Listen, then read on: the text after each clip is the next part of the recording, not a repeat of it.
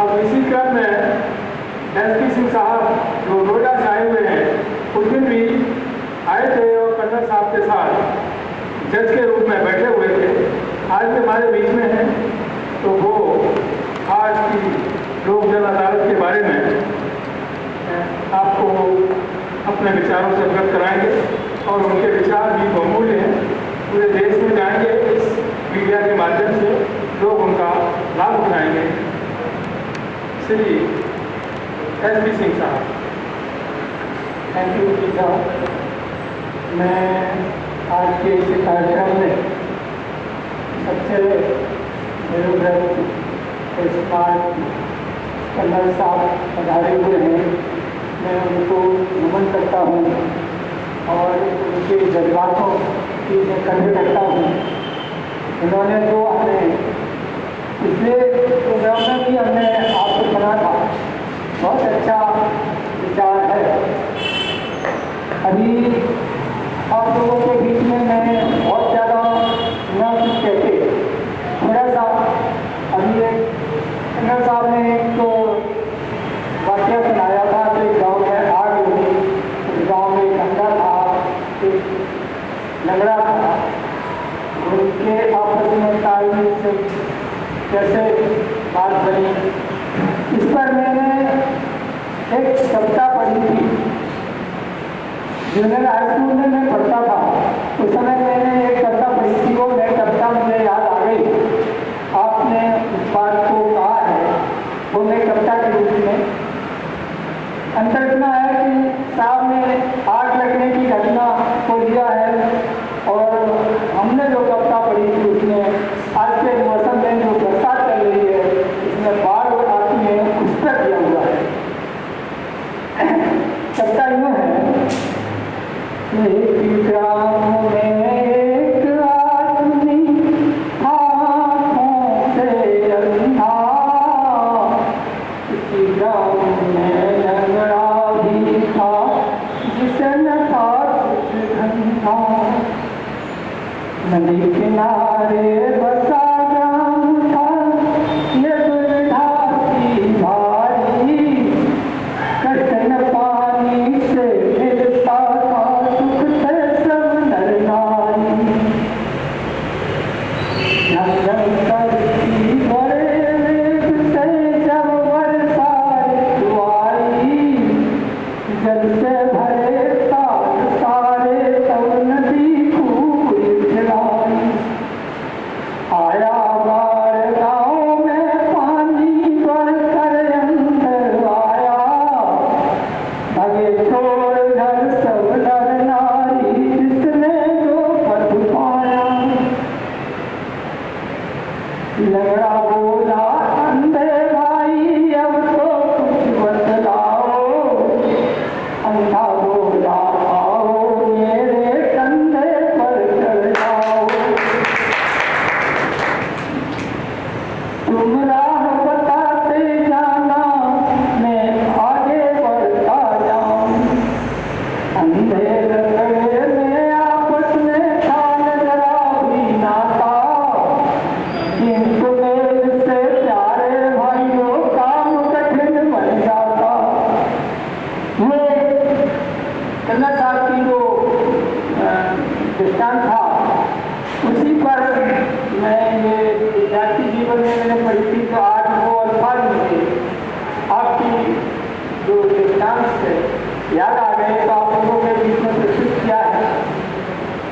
और आपके विचारों पर मैं ज़्यादा नहीं कुछ कहता हूँ। आपने इस समय वर्तमान की स्थिति में राजनीतिक पार्टी के एक बहन मायावती जी का आपने जो जिक्र किया है, तो थोड़ा सा मैं इसी संबंध में उनकी हिम्मत और उनका साहस, समाज के प्रति समर्पण, त्याग, बलिदान, इन सब पर न जा करके मैं कुछ थोड़ी सी बात कहना चाहता हूँ कि आपने तो अपने हिसाब से जो सामने हुआ वो देखा है, कहा है। ऐसे ही मेरा भी कुछ समय मिला है मायावती जी के साथ उजाड़ने का, और मैंने जो अनुभव किए हैं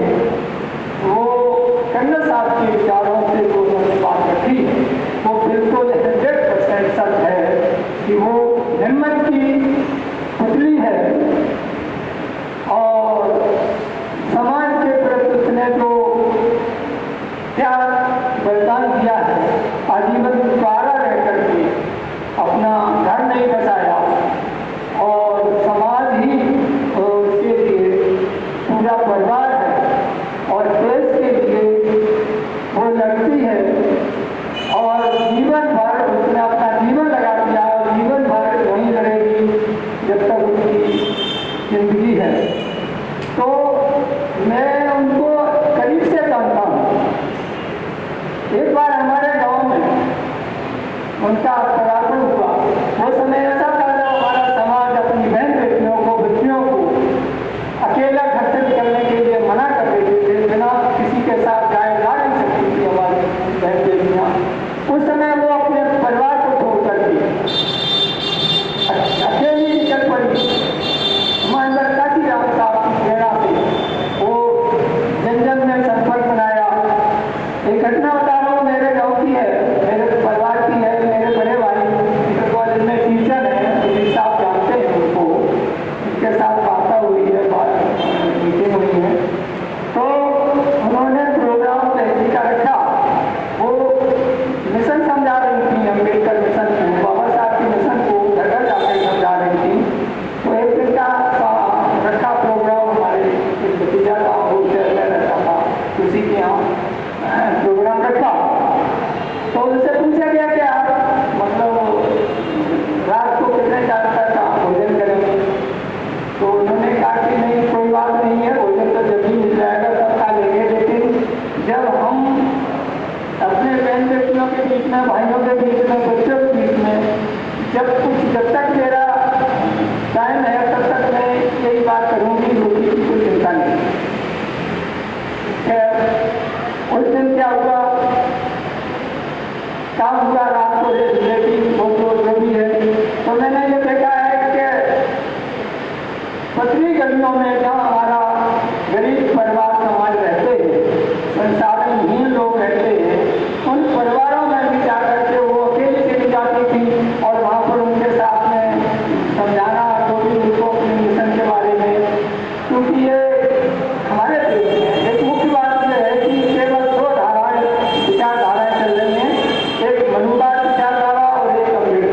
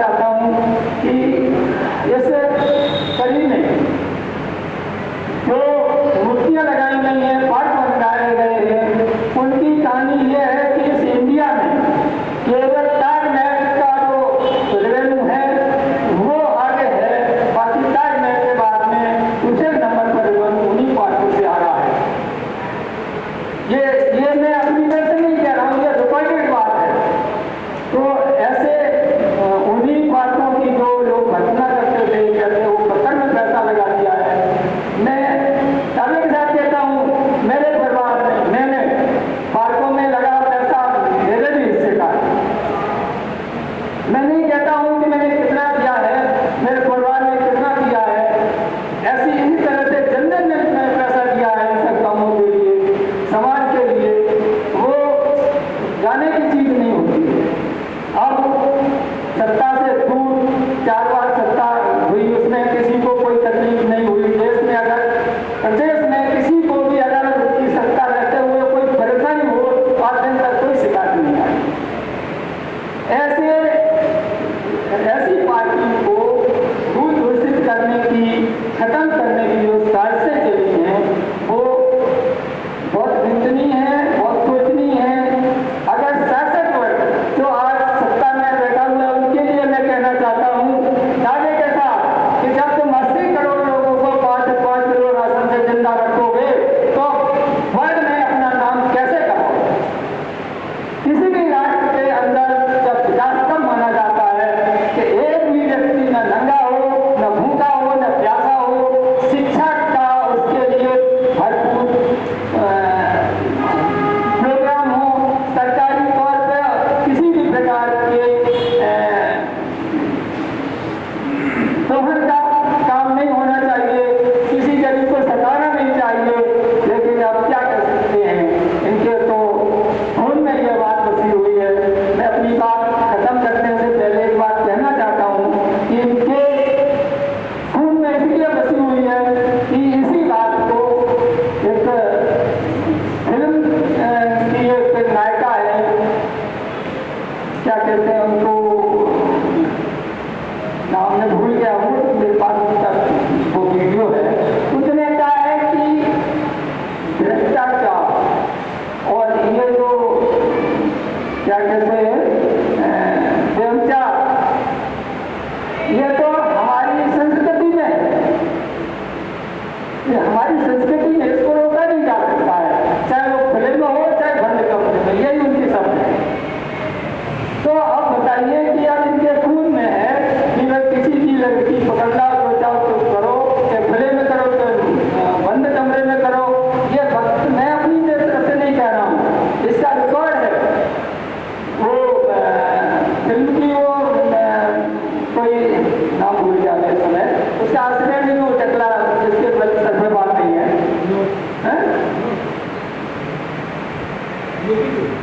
नहीं अनुपम खेर की पत्नी के लिए बात है कि जैसे हम रोक नहीं सकते, से खुले में हो और से बंद कमरे में हो, ये तो हमारे संस्कृति में आता है। अब बताइए हम अपनी बहन बेटियों को कैसे बचाएं, जब इनकी संस्कृति को हम कैसे माने? अगर इतने श्रोतागण है, दुनिया सुन रही हो, जो भी कह रहा हो, वो इस बात को अगर जायज मानते हो तो भाई इनकी संस्कृति हमेशा बनी रहे, हमें जय जयकार करते रहेंगे। लेकिन ऐसा नहीं है, मैं नहीं मानता हूँ कि इस तरह की संस्कृति होनी चाहिए। मैं अब निंदा करता हूँ उसकी। मैं भ्रष्टाचार को और दुराचार को, गलत व्यवहार को, किसी की आत्मा को हरण करने की, किसी की हत्या का मैं बिल्कुल समर्थन नहीं करता हूँ और विरोधी रहा हूँ, विरोधी हूँ। और इसी बात का बाबा साहब का भी ये रहा है।